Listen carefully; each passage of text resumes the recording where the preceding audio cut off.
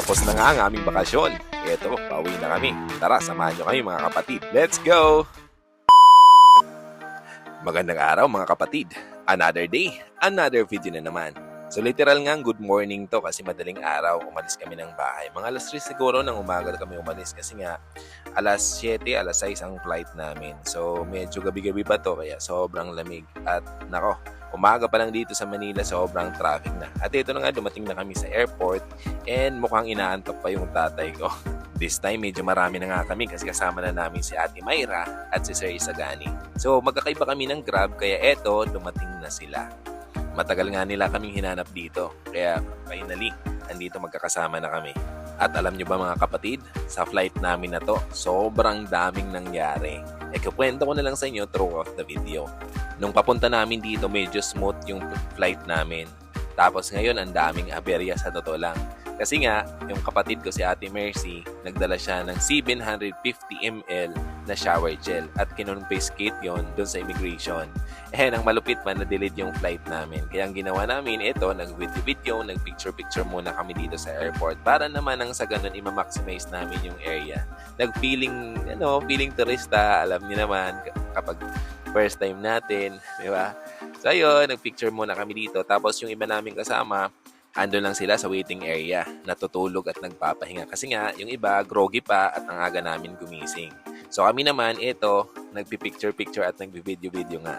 So sinama ko na sila dito para nang sa ganun, marami kaming pang story, sabi ko sa kanila. Tapos ito sila, yung mga kasama namin dito, nagsiupuan. Actually, sobrang dami naming bagahe. At sa totoo niya, nag-over baggage kami. Alam niyo ba mga kapatid, yung dalawang bag lang namin na over baggage, nagbayad kami ng 2,500 each. So, tumataging-ting na 5,000. Kaya suggest ko sa inyo mga kapatid, kapag magbabiyahe kayo, tapos yung allowance nyo lang, isang bag at isang handy, sundin nyo talaga. Kasi pag nandun na kayo sa airport, wala kayong choice. Babayaran nyo talaga. Plus, bawal magdala ng excess ng 100 ml na any liquid. Kaya huwag kayong magdadala niyan. So, ito na, dito na kami sa airport.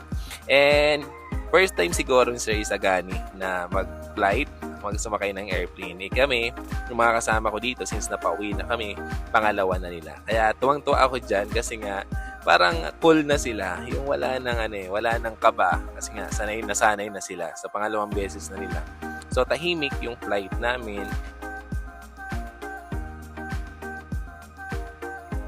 Alam niyo mga kapatid, sobrang sarap sa pakiramdam na ma-experience yung ganitong bagay. Lalo na makita mo yung view, halos yung siyudad ng Metro Manila sa himpapawid.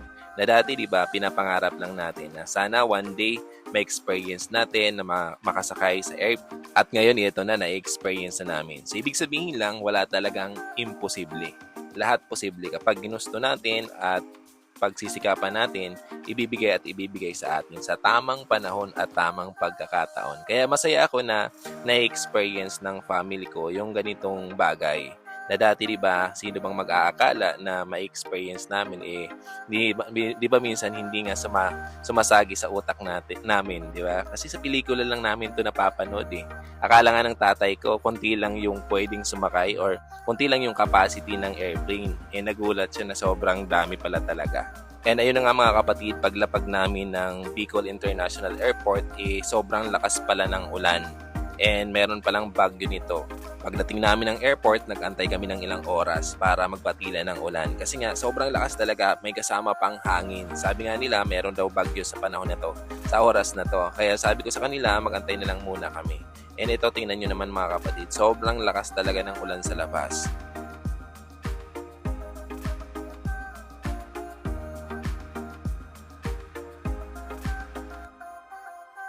Tapos yun, naghanap na kami ng masasakyan. Hindi pwede na mag-tricycle kami kasi sobrang lakas ng ulan, posibleng mabasa yung mga gamit naming dala. Kaya yun, nakipagkontrata na yung ate ko na ano yung pwede naming sakyan. Sakto-sakto, yung mga kasama ko, pagod din talaga sa biyahe. Ayan, tapos may nangyari pa sa amin na hindi ko na ikwento. So yun, nag-arkila na lang kami ng van papuntang Pilar. And pagdating nga namin dito ng Pilar, wala palang biyahe papuntang kung saan walang pandagat. Kaya wala kaming masakyan. So ang nangyari mga kapatid, na-stranded kami nito ng almost 24 hours. So dito kami natulog. Imagine niyo mga kapatid, ang tinulugan namin karton, di ba? So yun, nagantay kami at sobrang dami din talagang na-stranded nung oras na to.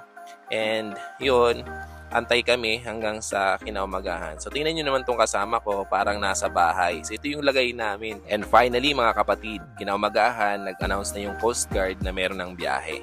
So thank you Lord at makakalis na kami. So mga kapatid, maraming salamat sa panonood ng video. Hanggang dito na lang. Paalam. Bye-bye.